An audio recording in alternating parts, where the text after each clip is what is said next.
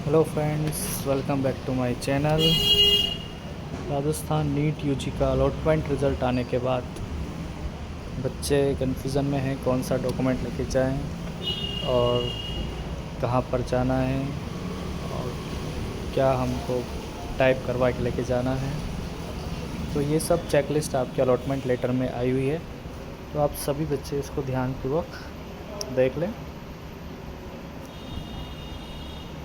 आपको लेके जाना है transaction receipt verified by the bank, यानी कि एक ट्रांजैक्शन रिसिप्ट आपके पास हुई होगी 50,000 वाली और 2,500 वाली, और कैटेगरी वाइज होगी तो 1,500 वाली आपको रिसिप्ट जो है वो लेके जानी है। ठीक है, देन उसके बाद आपका अलॉटमेंट लेटर, फिर एप्लीकेशन फॉर्म जो आपने राजस्थान नीट काउंसलिंग में फिल किया है, जो निकला है पार्ट फर्स्ट और फाइनल रिज़ल्ट का एप्लीकेशन फॉर्म आपको लेके जाना है।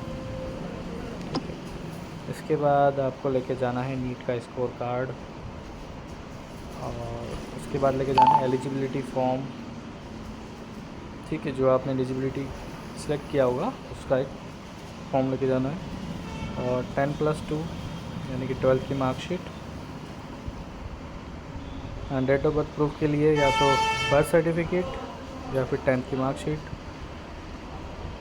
फिर 10वीं की मार्कशीट, 11th की मार्कशीट, ट्रांसफ़र सर्टिफिकेट अगर आपके पास माइग्रेशन है तो वो भी आप साथ में ले जाइए।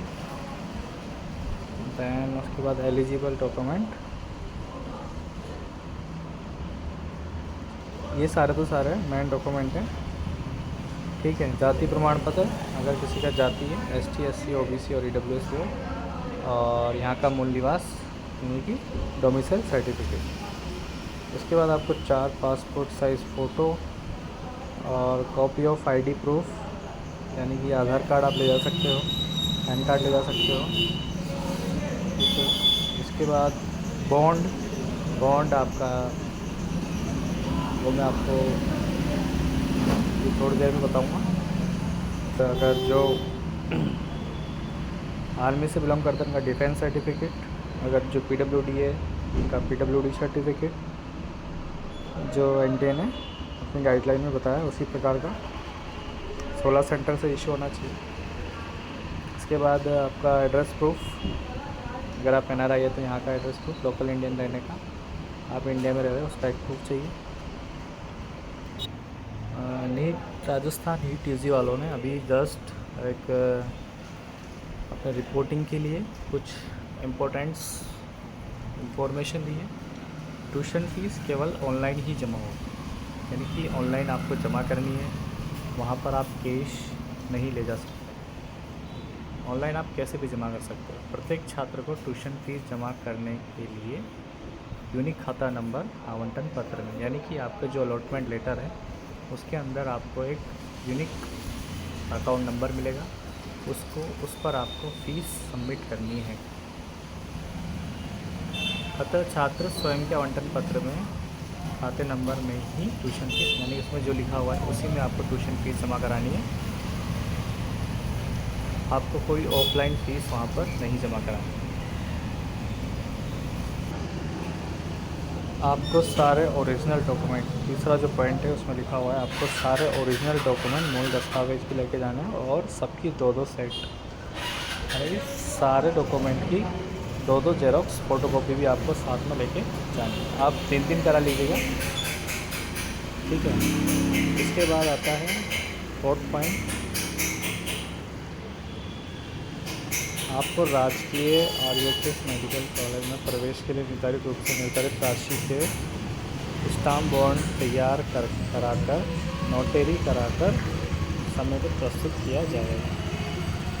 बॉन्ड के लिए स्टाम्प वेंडर व नोटरी की सुविधा रिपोर्टिंग पर उपलब्ध रहेगी। बॉन्ड पेपर आपको वहीं मिलेगा, यहाँ पर लिखा हुआ है कि आप बॉन्ड तैयार कराकर नोटरी कराकर रिपोर्ट के समय प्रस्तुत किया जाएगा।